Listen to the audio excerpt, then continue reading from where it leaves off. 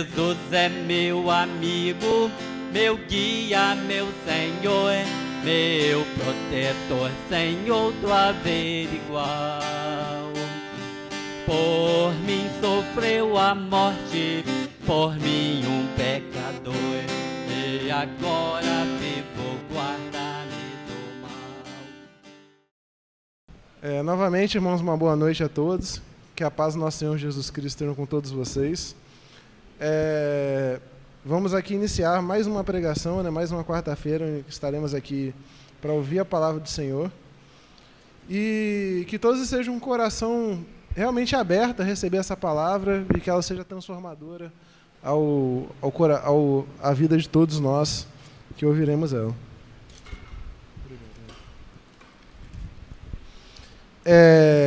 O texto que nós iremos conversar sobre ele hoje é em 2 Reis, capítulo 5, do versículo 1 ao 20. Peço que os irmãos estejam acompanhando, cada um na sua versão, que no final a gente vai conversar um pouco sobre essa passagem. Versículo 1. Naamã, o comandante do exército da Síria, era muito respeitado e estimado pelo rei do seu país, porque, por meio de Naamã, o Senhor Deus tinha dado a vitória ao exército dos sírios. Ele era um soldado valente, mas sofria de uma terrível doença da pele. Num dos seus ataques contra Israel, os sírios haviam levado como prisioneira uma menina israelita que ficou sendo escrava da mulher de Naamã. Um dia a menina disse à patroa: eu gostaria que o meu patrão fosse falar com o profeta que mora em Samaria, pois ele o curaria da sua doença. Então Naamã foi falar com o rei e contou o que a menina tinha dito. E o rei ordenou: vá falar com o rei de Israel e entregue esta carta a ele. Então Naamã saiu, levando uns 350 quilos de prata e uns 70 quilos de ouro e 10 mudas de roupas finas. A carta que ele levava dizia assim: esta carta é para apresentar Naamã, que é meu oficial. Eu quero que você o cure. Quando o rei de Israel leu a carta, rasgou as suas roupas em sinal de medo e exclamou: como é que o rei da Síria quer que eu cure este homem? Será que ele pensa que eu sou Deus e que tenho o poder de dar a vida e de tirá-la? Ele está querendo briga.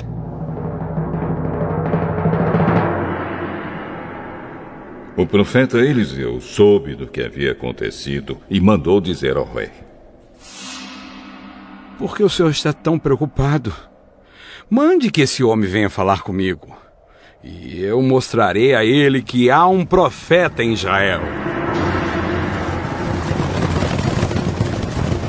Então Naamã foi com os seus cavalos e carros e parou na porta da casa de Eliseu. Eliseu mandou que um empregado saísse e dissesse a ele que fosse se lavar 7 vezes no Rio Jordão, pois assim ficaria completamente curado da sua doença. Mas Naamã ficou muito zangado e disse: eu pensava que pelo menos o profeta ia sair e falar comigo e que oraria ao Senhor seu Deus e que passaria a mão sobre o lugar doente e me curaria. Além disso, por acaso os rios Abana e Farpar em Damasco não são melhores do que qualquer rio da terra de Israel? Será que eu não poderia me lavar neles e ficar curado? E foi embora, muito bravo. Então os seus empregados foram até o lugar onde ele estava e disseram: se o profeta mandasse o senhor fazer alguma coisa difícil, por acaso o senhor não faria? Por que o senhor não pode ir se lavar, como ele disse, e ficar curado?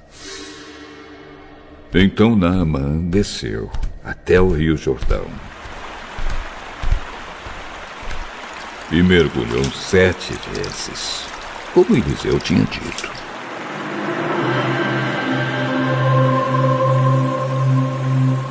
E ficou completamente curado. A sua carne ficou firme e sadia como a de uma criança. Depois ele voltou com todos os seus homens até o lugar onde Eliseu estava e disse: Agora eu sei que no mundo inteiro não existe nenhum Deus a não ser o Deus de Israel. Aceite um presente meu, por favor. Juro pelo Senhor, o Deus vivo, a quem sirvo, que não aceitarei nenhum presente. Naamã insistiu com ele para que aceitasse, mas ele não quis. Aí Naamã disse: Já que o senhor não quer aceitar o meu presente, então deixe que eu leve para casa 2 mulas carregadas de terra, pois de agora em diante eu não vou oferecer sacrifícios e ofertas que são completamente queimadas a nenhum Deus, a não ser a Deus o Senhor. Mas eu gostaria que ele me perdoasse uma coisa, que é a seguinte: quando tiver de acompanhar o meu rei ao templo de Rimon, o deus da Síria, para lhe adorar, eu vou ter de adorá-lo também. Que o Senhor Deus me perdoe por isso.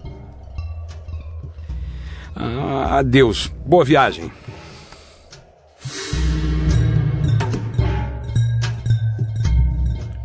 Quando Naamã já estava um pouco longe, Geazi, o empregado de Eliseu, começou a pensar: O meu patrão deixou que Naamã fosse embora sem pagar nada.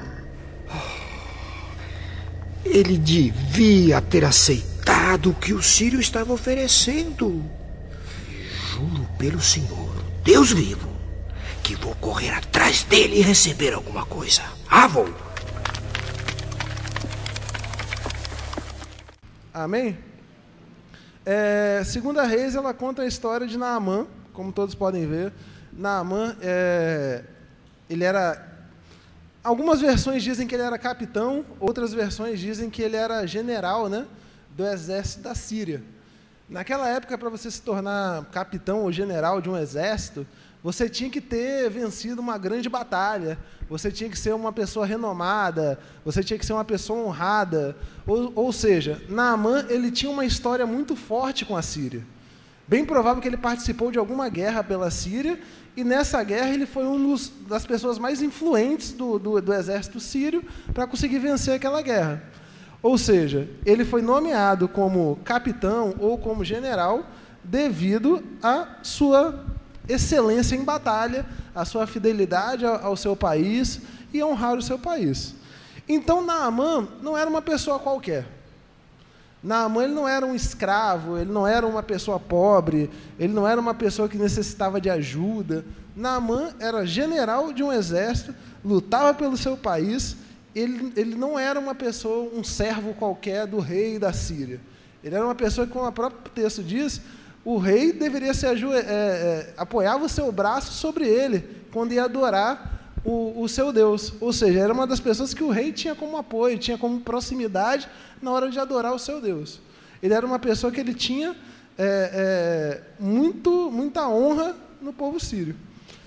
Entretanto, mesmo diante de tantas coisas que Naamã possuía de bom, ele tinha uma coisa de ruim também, que o afetava, que era a lepra, né? A lepra, antigamente, só tinha essa definição para a lepra, né? Hoje em dia, essa palavra nem é utilizada mais. Hoje, a maioria das doenças semelhantes à lepra, hoje a gente trata como hanseníase, né? Então, quem entende um pouco sobre hanseníase e não conhece muito sobre a lepra, é semelhante. São sintomas de dores pelo corpo, dores nas articulações, manchas pelo corpo, são problemas que podem gerar até bolhas, inflamações no corpo, ou seja, é um problema que afeta o corpo inteiro. Aí você pensa, Naamã, que foi que foi general, líder de um exército, ele está sofrendo com esses problemas. de bolhas pelo corpo, inflamações pelo corpo, dores pelas suas juntas, e ele já não aguentava mais isso. A gente fica imaginando, né? Uma pessoa que está sofrendo com um problema desse, a única coisa que ela quer é a cura dele. É a cura dele. E não há nada que possa satisfazer ele. Em que sentido? Se o rei desse todo o ouro que tivesse na Síria para ele, não mudaria em nada a situação dele.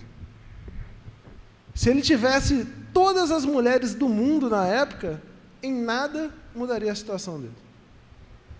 O que ele precisava era de cura. Ele não precisava de riqueza, ele não precisava de honra, ele não precisava de méritos, ele não precisava de medalhas, porque tudo isso ele já tinha.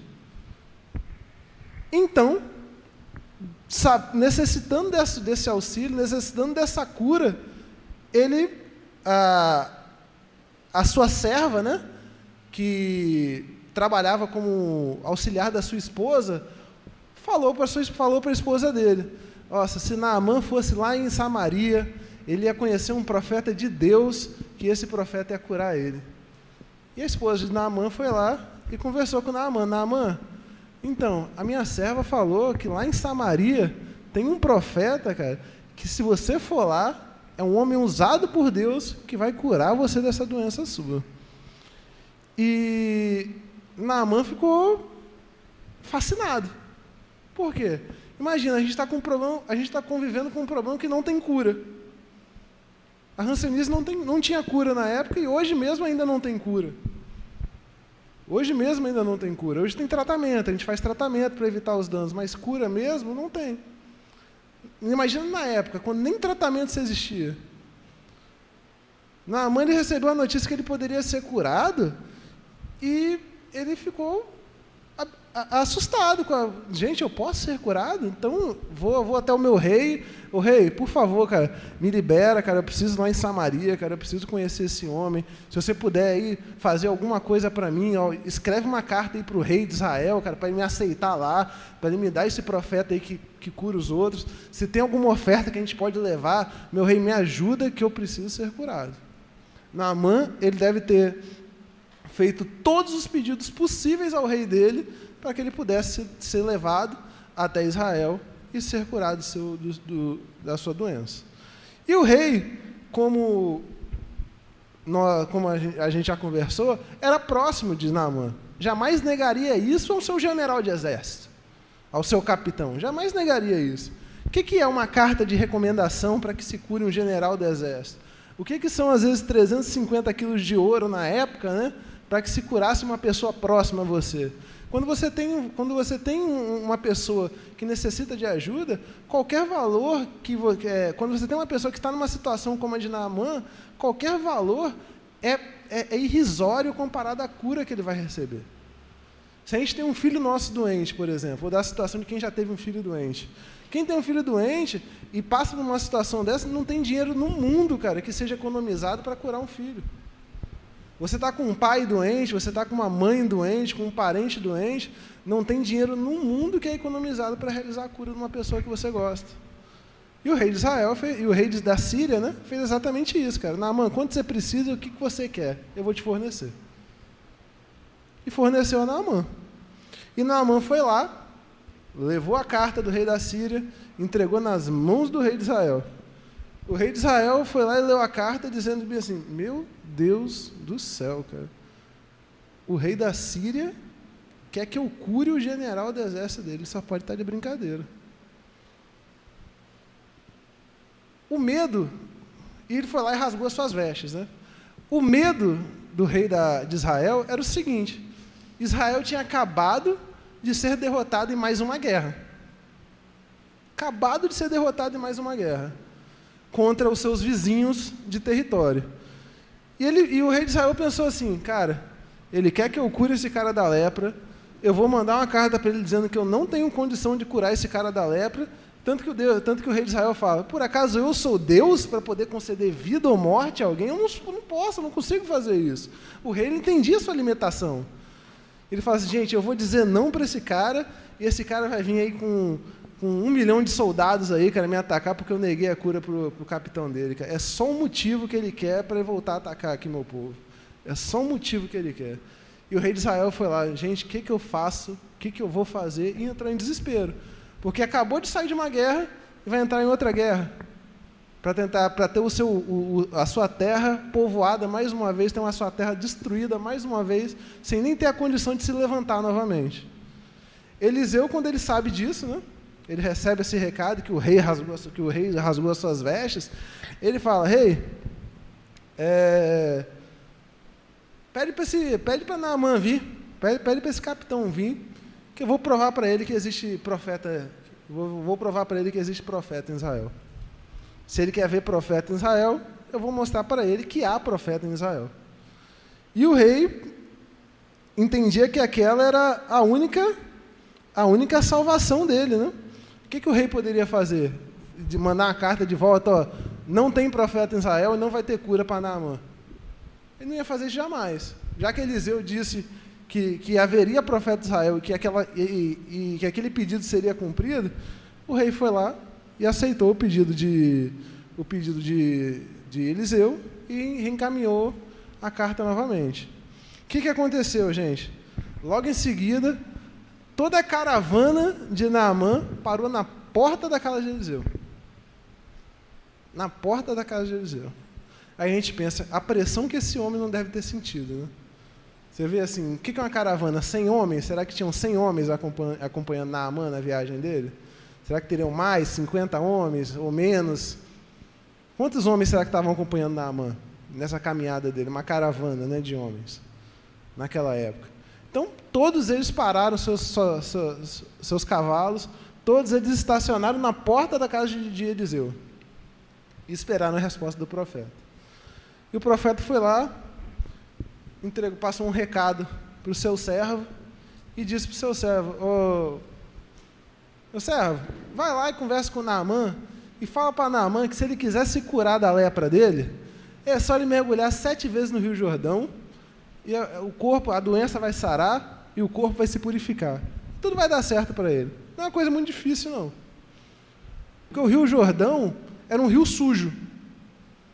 É um rio sujo. Era um rio, não era um rio... ele até usa exemplos aqui na passagem de outros livros, de outros rios, como de Farfar, por exemplo, que era um rio limpo, lá em Damasco. Era um rio totalmente limpo. Pô, por que ele não está me mandando mergulhar lá em Damasco? Porque tem os rios limpos. Por que no Jordão? Tem que ser no Jordão? Então imagine, se a solução dos problemas da nossa vida fosse dar um mergulho ali no Tietê, não tem, por exemplo, no rio Tietê. A gente vai lá para São Paulo, dá umas 7 mergulhadas no rio Tietê. Eu tenho coragem, gente. De verdade mesmo. Se a solução dos problemas da minha vida for dar 7 mergulhadas no rio Tietê, eu vou. Parece até aquelas ofertas, né, de investe R$100 e ganha 1.000, né? Você vai lá, entra com R$100 aqui e você vai ganhar 1.000 de volta. Parece fácil, né? Se fosse assim, todo mundo faria, todo mundo sairia rico, né? Muito fácil. Só que Naamã, na época, né, Naamã ele não teve esse entendimento. Naamã falou assim, só pode estar de palhaçada, cara. Eu saí lá da Síria para vir aqui, cara, esperar um profeta do Senhor. E eu pensei que esse profeta do Senhor, ele ia sair de dentro da casa dele, ia pegar o cajado dele, ia botar a mão sobre a minha cabeça, ia botar a mão sobre as minhas feridas, e minhas feridas iam desaparecer no mesmo instante, ele ia fazer uma oração, o céu ia se abrir, fogo ia cair, e ele me manda mergulhar 7 vezes no Rio Jordão? Esse cara, ele não me tirou lá da Síria por causa disso, não, gente. Não é possível, cara, que eu saí, que eu tô, sei lá, 2, 3 semanas, cara, de cavalo, para chegar aqui e o cara falar que eu tenho que mergulhar no rio.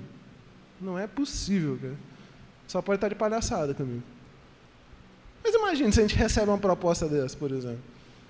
Se a gente recebe uma proposta dessa, a gente também ia desacreditar, né? Ele falou, gente, e será que só dá para ser no Rio Jordão? Não pode ser em outro rio, não, cara? Pelo amor de Deus, gente.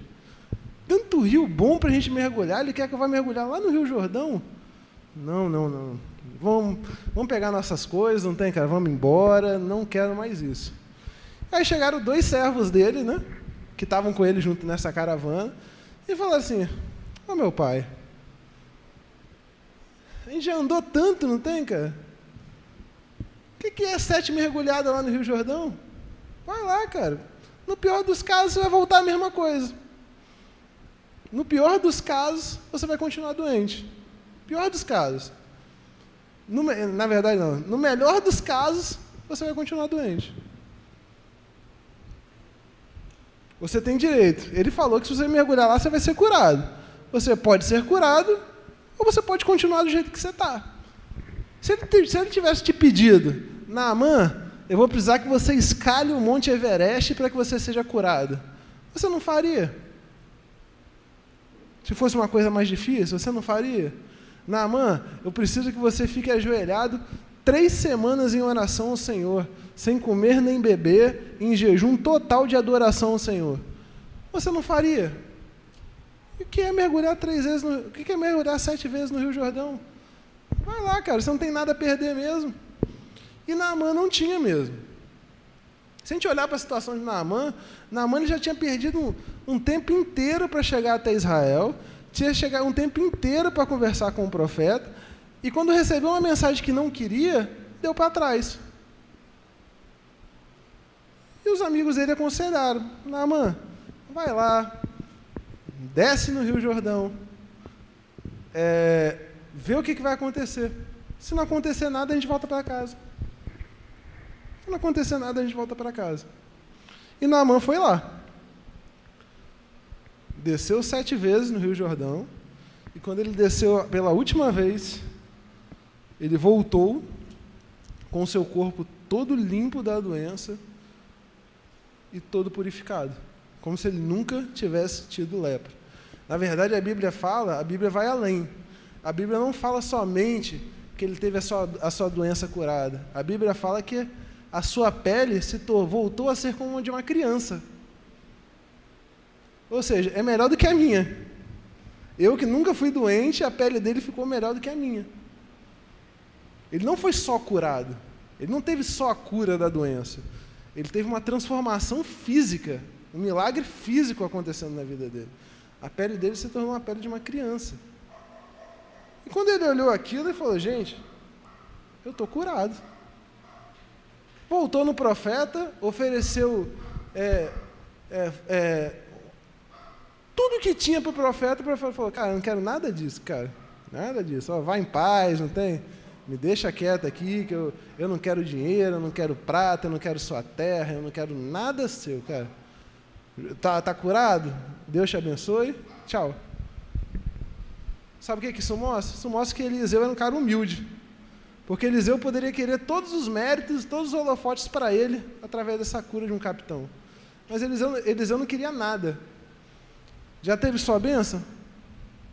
Muito obrigado, Deus abençoe e até a próxima. O que a gente aprende com essa história, irmãos? Essa história ela pode ser vista por diversos ângulos. E é isso que eu quero entrar com vocês. Toda história, ela sempre tem 2 ou 3 lados, né? Não é verdade? Se a gente for entrar hoje naquela discussão da guerra da Ucrânia lá, se você for perguntar para um russo, o russo ele vai fazer de tudo para você acreditar que o motivo dele invadir a Ucrânia é um motivo justo. Mas se você for na Ucrânia, os ucranianos vão fazer você acreditar de todas as formas que o motivo que a Rússia está entrando lá é um motivo injusto. Então, para você saber a moral da história, geralmente você tem que saber quem conta. Quem conta a história? A gente vê que a história de Naamã ela pode ser vista por diversos ângulos. Diversos ângulos, diversas pessoas participam da história de Naamã. Existem diversos personagens na história de Naamã. E às vezes a gente pensa que é só Naamã e o profeta. Não. Tem mais pessoas aqui. A primeira pessoa que é importante a gente saber conhecer na história de Naamã é o próprio Naamã. O que Naamã era, gente? Naamã era um cara orgulhoso. Naamã era um cara duro. Ele não aceitava as coisas simplesmente porque elas eram. Ele tinha todo uma honra a ser protegida. Ele não poderia simplesmente ver o profeta olhando para ele e falando assim, cara, vai lá e mergulha no Rio Jordão lá 7 vezes, cara, que você vai ser curado. Ele era um cara que ele tinha uma doença, que ele queria a cura dessa doença, mas ele não queria a cura de qualquer forma. Ele queria do jeito dele. Ele queria do jeito dele. E era um cara orgulhoso, porque ele não queria se submeter a mergulhar em um rio sujo. Essa era a versão de Naamã. A gente vê que no final Naamã foi curado, mas se a gente perguntar, será que Naamã mereceu? Mereceu não, gente. Mereceu não. Por quê? Porque não acreditou na palavra do profeta. Não acreditou na palavra do Senhor. Porque quando o Senhor enviou um profeta até ele, que foi o que ele pediu, ele não queria fazer o que o Senhor pediu para que fosse feito. Ele queria fazer o que ele queria. Ele queria fazer o que ele queria. E a gente vê assim, nossa, a gente acha que Naamã foi um cara de fé, né, que foi em busca de tudo pela sua cura. Mas, na verdade, não. Ele não queria fazer tudo pela cura dele. Mergulhar no Rio Jordão não era uma coisa que ele queria fazer. Outra pessoa que a gente pode visualizar nessa história é a serva. A serva que chegou para a esposa de Naamã e falou para ela, olha, lá em Samaria tem um profeta. A palavra de Deus diz que ela era prisioneira, ela era cativa, ela era uma escrava israelita. Ela não era uma serva que ela recebia para estar lá.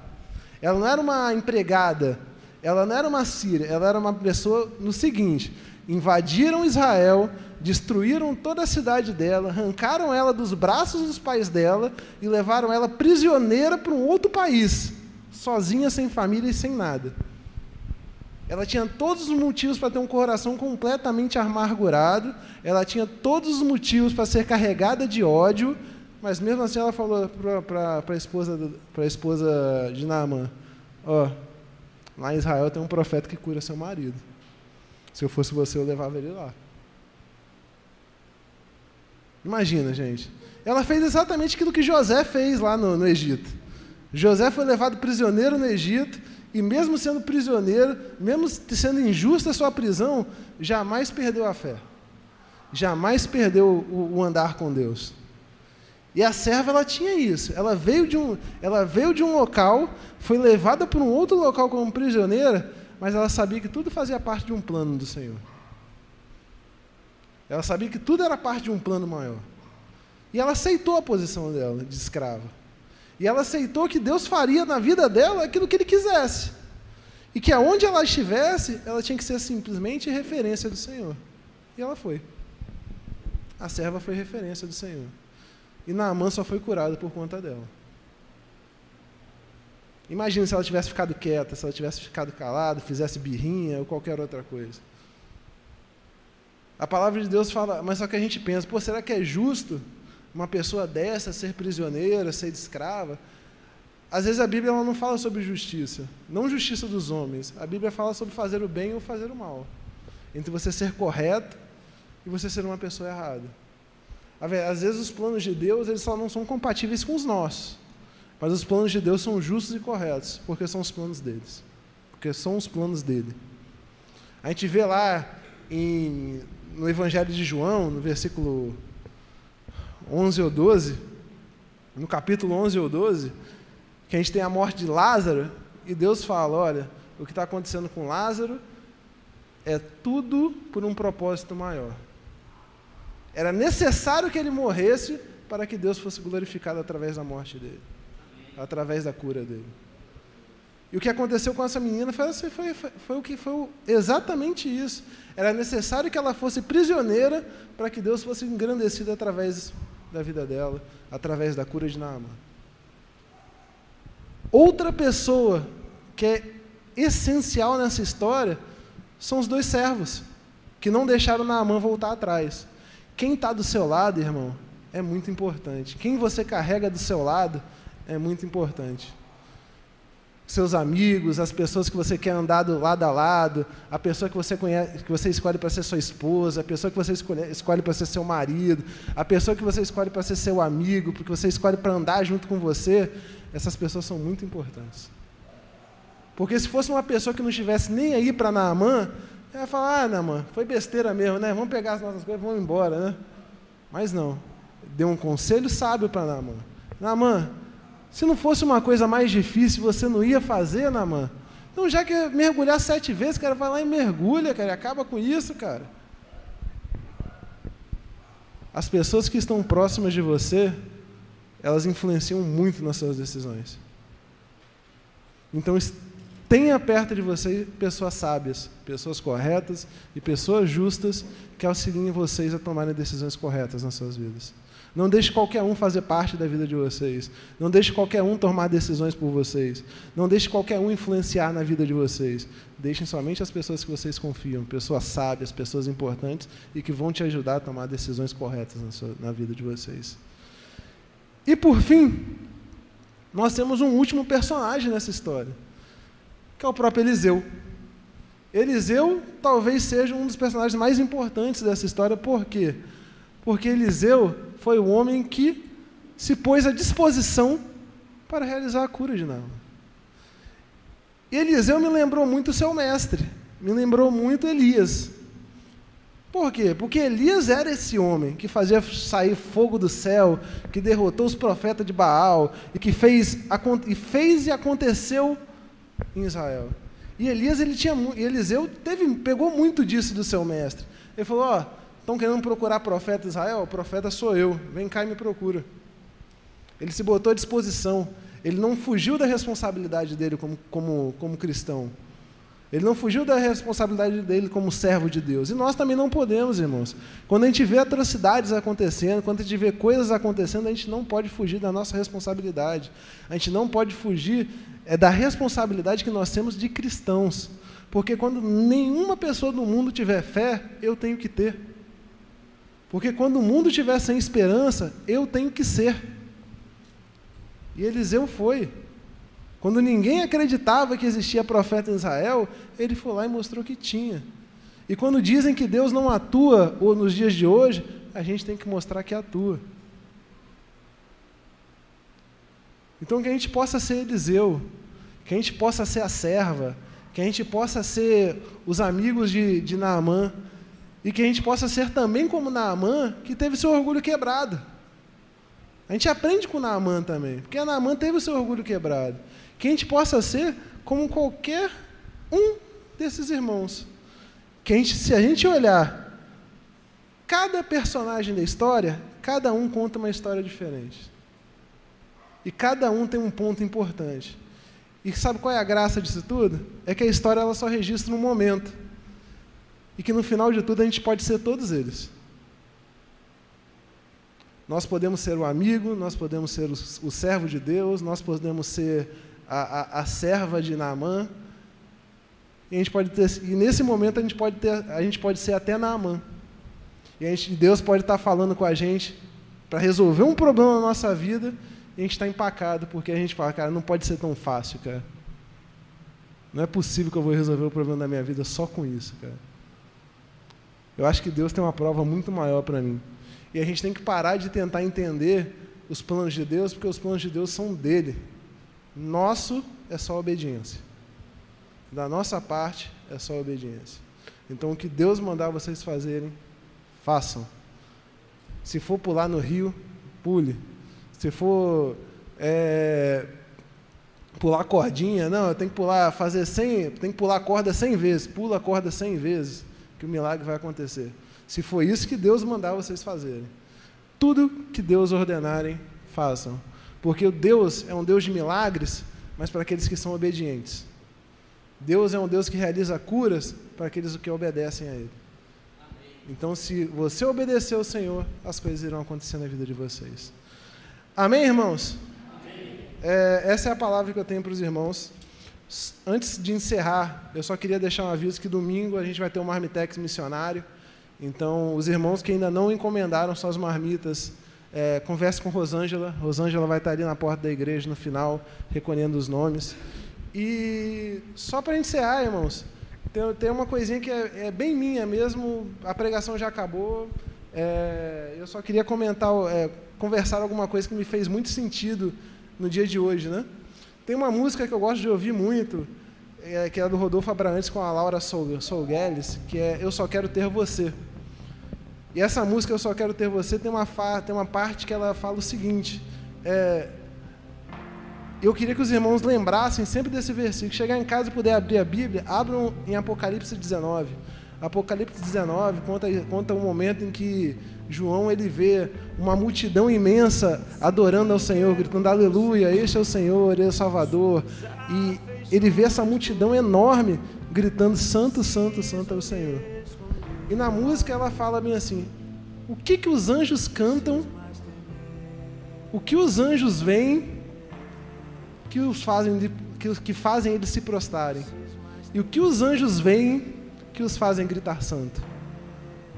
O que os anjos veem lá no céu que fazem gritar santo ao Senhor? O que os anjos veem que fazem eles se prostrar? Pensem nisso, irmãos. O que os anjos veem e que a gente vai ter a oportunidade de ver no final da nossa vida, que fazem eles gritarem santo, santo, santo, que fazem eles dobrarem os joelhos? O que será de tão magnífico que tem esperando a gente? Que Deus abençoe vocês, irmãos, e que a palavra de Deus esteja entrando no coração de vocês. Um excelente resto de semana, e domingo a gente vai estar aqui novamente para adorar e louvar o nome do Senhor. Amém?